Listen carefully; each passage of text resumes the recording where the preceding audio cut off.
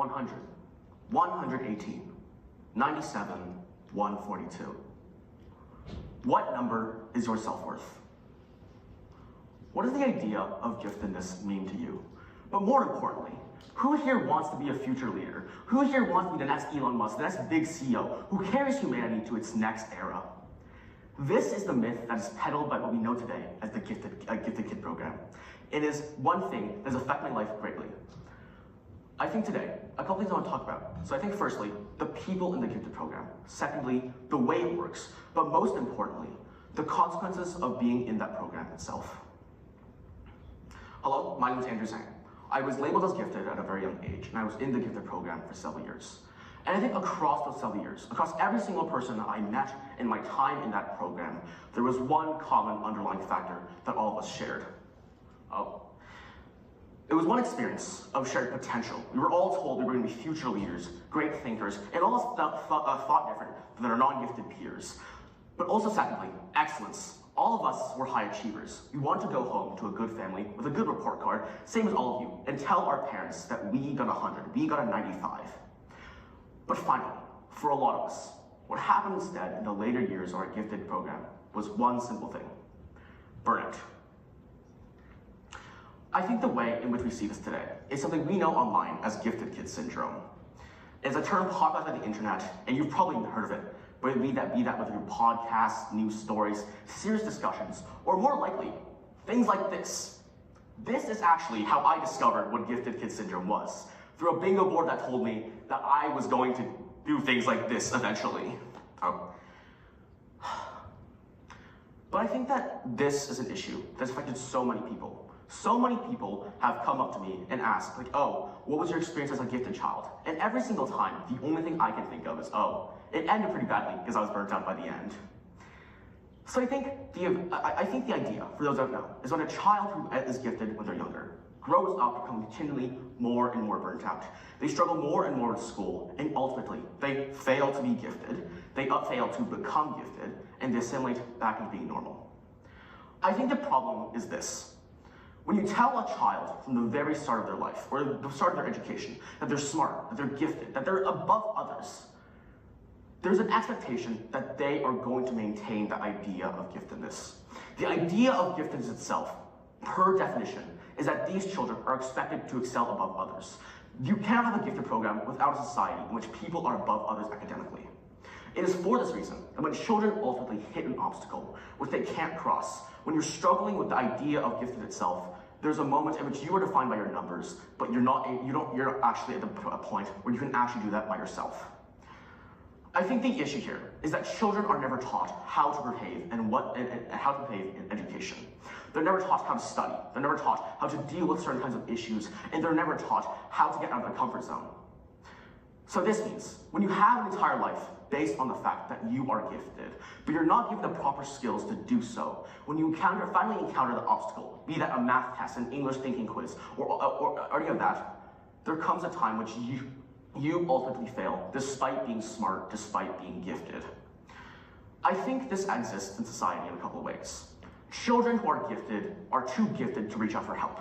They're no longer gifted enough to be able to do it themselves, and they're too gifted and burnt out to be able to put in the effort by themselves to do what they want to do. So the issue here is that they don't get enough support, they don't know what to do, and they're stuck in an infinite loop of burnout where they're told they should be better than others, but they never will be because they never get the proper support to do so. And I think the way in which this exists for children is through metrics. Numbers in schools define and attach themselves to a child's self-worth. They tell a child if they're smart or not. It is on that metric they get accepted into the gifted program in the first place. Numbers attach and define themselves, and they're entirely what society and education judges you upon. I think an example of this is IQ. The first IQ test was invented by French psychologist Alfred Binet in 1905 as a means to identify children in need of special education. This is no longer the case. In the modern day, you probably know IQ as a metric of intelligence itself. To the world, if you have an IQ larger than 100, you're smart, you're above average. If you're at 99, sorry, right? And I think that the way in which these kinds of mentalities are adopted into education systems is through a lot of ways. Small but vicious ways, but larger things like academic scoring and the way which you're perceived by your teachers. I think one of my own examples of this is in grade 6, during online school, during the pandemic. Well, the world faced a lot of things. War, famine, virus. I faced an even greater problem than all of those combined. A terror so great, nobody can defeat it throughout their lives. That is a grade of 75 in math class. I remember that day, I got that grade, and my teacher brought me into a breakout room. He started asking me, why was I not handing my work? Why was I not doing what I was supposed to be doing? Why was my camera always off? And truth be told, the answer is that I was playing Minecraft. But in reality, what I thought in that moment was one simple thing. I'm dumb. I don't deserve to be in this program because I'm dumb.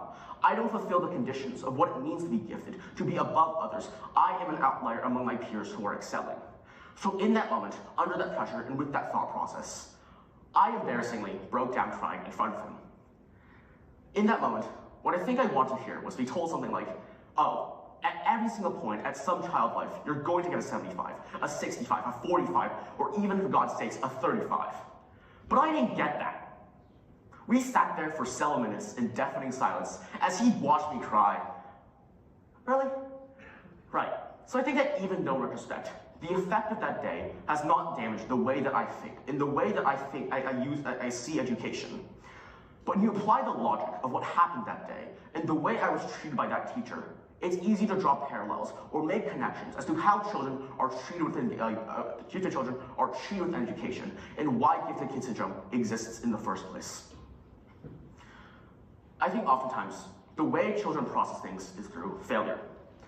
Failure in schools is denoted by numbers. And when you tell a child who's been consistently told from the start of their life that they're gifted, that they're smart, but also that they're failing, back to the cold hard science of a simple number like a 75, it is incredibly easy to create the toxic environments that haunt so many children today.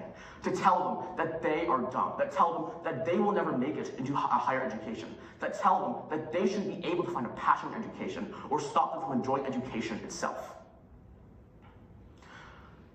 I think ultimately, the conclusion I arrived at is that the effects of gifted kid syndrome do not affect gifted children alone.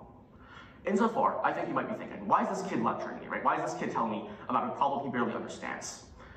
But I think the thing is here, when you apply the logic of how I was treated that day, or how gifted children work in education, it's easy to see the ways in which a child with mental disability, to a child who's struggling to make ends meet at home, to a child who is simply struggling to complete one math problem in their math period, is being treated by education, by metrics, in the way in which they define themselves to education. Ultimately, what I think happens is that in our quest to find a binary system of intelligence, to rank children, to give them grades, and to encourage them, we ultimately end up creating is a system in which children are defined by numbers, a system which continually impedes and stops their progress, makes them stop enjoying what they do, and ends up burning out children. What I want you to do today is go home, or right now, ask yourself, what does intelligence mean to me? By what metric am I using to determine that intelligence? But most importantly, to yourself and to others, what number is your self-worth? What number is another person's self-worth? And what does that number actually mean to you? Thank you.